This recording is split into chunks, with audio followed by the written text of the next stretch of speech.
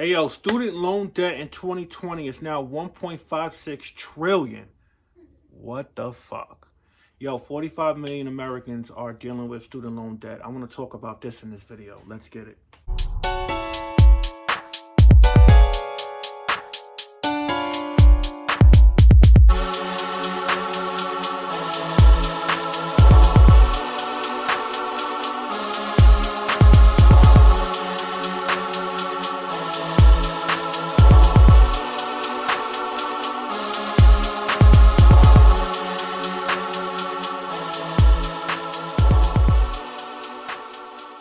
YouTube, this your boy Kurt, Wealth and Fitness Lifestyle.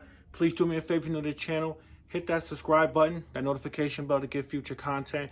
Also, do me a favor, smash that like button if you're new to the channel. Really helps the channel grow. So in this video, I want to talk about student loan debt and 10 ways in which we can minimize our student loan debt. And, you know, I was reading the Forbes Magazine and I came upon this statistic that, you know, $1.56 trillion in America is in student loan debt, and which it affects about 45 million Americans. And, you know, student loan debt is affecting a lot of us in various different ways. Some of us, you know, because of our debt to income ratio and amount of money we paying on student loans, it's causing us not to be able to purchase a home. It's causing, you know, a lot of bills, a lot of debt. And it's something that we got to consider. But what I want to talk about in this video is 10 ways in which you can minimize your student loan debt to alleviate some of the financial burden that you're having in terms of trying to, you know, pay off your student loans so you could be on your journey to building wealth. So number one, and I got my notes, I'm going to be referring to some of my notes here to kind of keep me grounded and keep me on track with this vital information I want to share with you, is exhaust all sources of free money. And what that pertains to is grants and scholarships. You know, if you're going to make the choice and decision to go to school and pursue your education, make sure you exhaust all your resource in terms of trying to, you know, pay for your education by grants and available scholarships that, you know, are available to you so you could be able to pay off and pursue your education. Number two, save as much as possible before enrolling in college. And a lot of this is going to pertain to your parents. And, you know, if you are a parent and you want your kids are small right now, you want to prepare your kids to go to college, you should be saving and stacking money away for your kids to pursue education. Now, one of the things that I wholeheartedly think about and believe is that if you're going to put your kids through education and have them go to college, let it be in a field that's in demand right now. Don't waste time on specific subjects because you're curious about it. No, what you want to do is if you're going to go to college and make that decision, and don't get me wrong, I'm a huge component of education.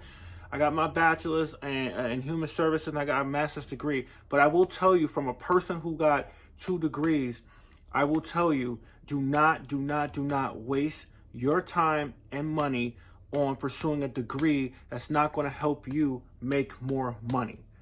I'm just going to put it out there to you guys. And I think you have to be strategic with your kids and with your family in terms of what field you pursue that's going to put you in a better position for a career long term. All right. So number 3, enroll into a least expensive college. Now, you know, I know that there's a prestige when it comes to certain universities and certain educational institutions. However, to be quite honest with you, you know, when you're pursuing a job, you know, and especially me working in corporate America, as long as you have a bachelor's degree, that's kind of like the minimum requirement. And it doesn't really matter what you have your degree. It does in a sense, but to get to an entry-level position in an organization or corporation or a non-for-profit or a for-profit organization, you really just need the minimum requirements of bachelor's degree in anything. And this is coming from a person who works in corporate America, right?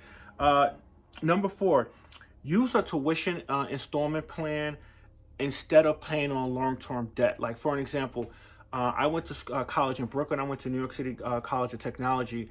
And what I was doing is, while I was working full-time and starting my career in the organization I currently work for, I was paying every semester out of pocket. And at the end, I think the last semester I took out loans, which, you know, it was actually smaller amount that I was manageable for me to pay off because I spent 3 years just paying it every semester. So that's something that you want to consider so you don't have long-term debt. You should budget before you borrow. And let's say, for an example, for me, I was when I was paying for school out of pocket, I budgeted a certain amount of money that based upon how much I got paid, and I went right to paying off school. And I knew the last semester when I was going to take out a loan, I knew how much I was going to borrow, and I could pay it back quickly. So that's something you want to consider. Number 6, plan to repay your student loans before you decide to borrow. You want to plan to repay your student loans. You know it's coming. If you make the decision to go to school, you finish your education, make sure you plan to pay it back, because it could hold up a lot of financial decisions you want to make and pursue in the future, 2 years, 5 years, 10 years, down the line from where you currently are when you graduate. So that's something you want to consider. Number 7, you may want to take a part-time job or a summer job while you're currently in school to help you pay off that school bill. So for an example, if you're like a freshman, sophomore, junior in college, you may want to consider taking a summer job, or during the summer, and then working full-time as you're going to school, or part-time, to help you ease the financial burden in the long run in terms of paying it back on time. Number 8, this is something that's really simple. Graduate on time. Don't spend extra time in college than necessary.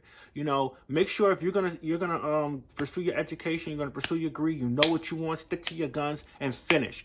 Don't spend an extra year, 2 or 3, in school, because what's going to happen is you're paying back those loans. You're continuously paying for that. So make sure you finish school on time. Number 9, keep student loans in sync with your income. Just understand that at the end of you pursue a bachelor's degree, you pursue a master's or a PhD, that's going to be a large bill. So if you got at the end of your graduation, $150,000 in school loan debt, you may not want to pursue a job making $30,000-$40,000 a year. You want to make sure that it's in sync with your income. Okay. And also, make sure, and the last one is, which is a good strategy, is keep your living expenses. If you're going to go to college, keep your living expenses down. Having an apartment, if you're going to be living on or off campus. Those are decisions that you have to consider in terms of paying back your student loan debt. I will tell you, coming from experience of a person who has student loan debt, who has 2 degrees, I will tell you, man, make sure before you decide to commit and pursue a particular degree, make sure that once you graduate, you know that you're going to be at the top, and to be able to pay back those loans. Because when you got $80,000 of student loan debt, $100,000, $150,000, your range of trying to establish wealth, because you have that debt, it's almost like you got to pay it. You got to catch up over 10 or 15 years to pay it off, and then you could be able to start establishing wealth. Because I'm going to tell you, man, the more debt you have, the harder it is. It's going to, you're going to be able to build wealth.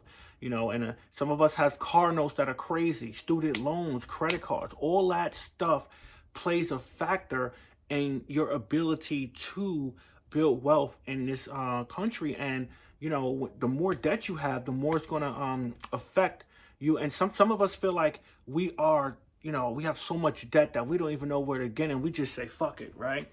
No, if you currently have a huge student loan bill right now, I suggest that you pay that off with a sense of urgency and get rid of that. There are other opportunities out there. Like, for an example, if you work for a non-for-profit organization, they have, the student loan forgiveness program, where if you make 100 consecutive payments and you pay over a course of 10 years, and you work if you work in a public service field, what they'll do is, after 100 consecutive payments and 10 years of consecutive payments, they would forgive the rest of your loan. So there are opportunities out there that you could utilize to help you, and resources out there that can help you repay your student loans. But I just wanted to give some information that I felt that was good for all my viewers that are dealing with student loan debt. You're not alone. For all my viewers who are trying to, figure out a way to how they're going to strategically, combat that.